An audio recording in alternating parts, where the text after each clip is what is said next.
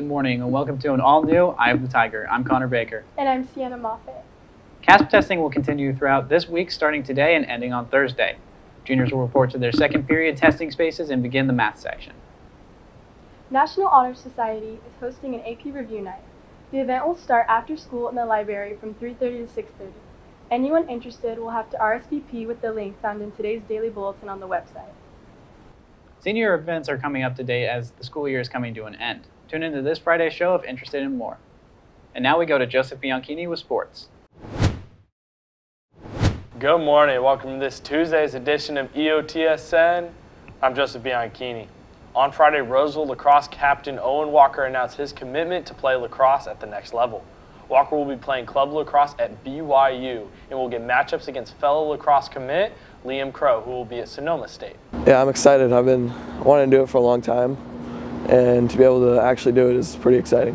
In other sports news, Roseville's baseball team took the crucial final game in its series versus Bella Vista, winning the game 8-1. Roseville would end up winning the series 2-1, inching the Tigers up the standings.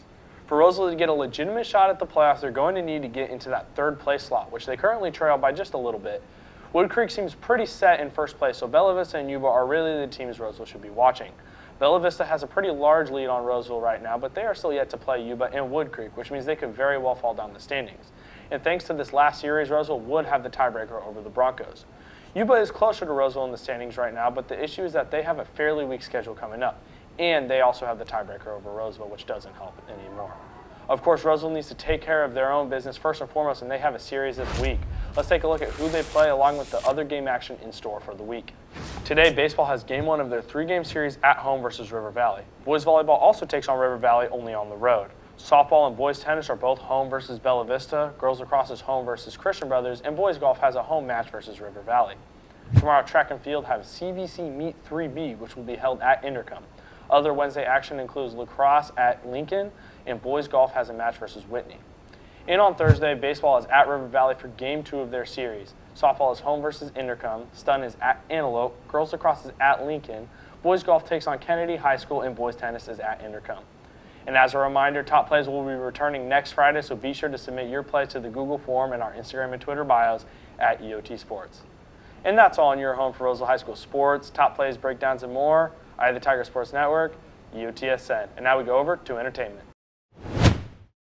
Thanks, Joseph. Coachella was last weekend, and while there were some ups and downs during the event, this year's lineup was still pretty good.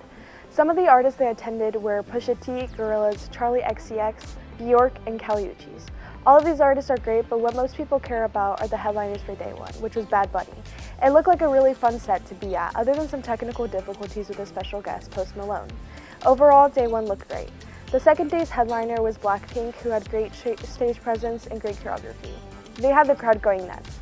Finally, for the final closer on the final day was Frank Ocean, who had loads of fanfare leading up with fans hoping for an announcement of new music and some believing a new album would be dropped. Alas, the set was not live streamed, but recordings of the show have him confirming new music.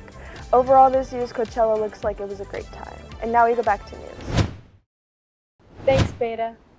One junior here at RHS has begun her own jewelry business. We go to Zoe Light with more.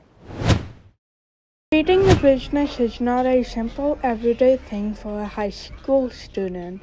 However, approximately a year ago, junior Sayori Dior did so.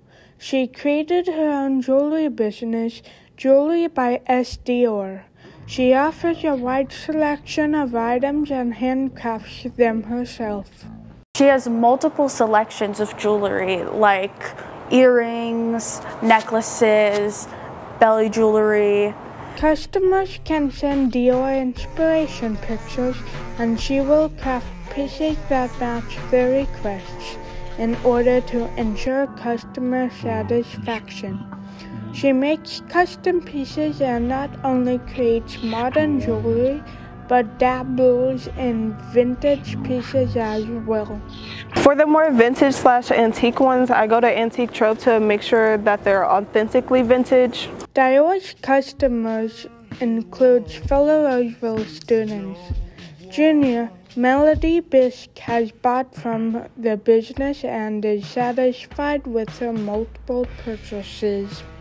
I've gotten multiple accessories from Sayuri, which add on to my outfits. I've gotten this cross necklace that has jewels on it and this crystal. And I've also gotten these heart earrings that are a locket and they have a little ruby stone in the middle of them. Customers around the school have helped motivate her to take her business to the next level. I've already had a lot of people just reach out to me like through the halls, and now I'm starting to ship, and that's also why I'm starting to get stickers with my logo on it with the packaging, and yeah. Diode hopes for more exposure in the future and plans to continue her jewelry journey. This is like the first bit of real exposure that I've had, so definitely reach out to me. Thanks, Zoe.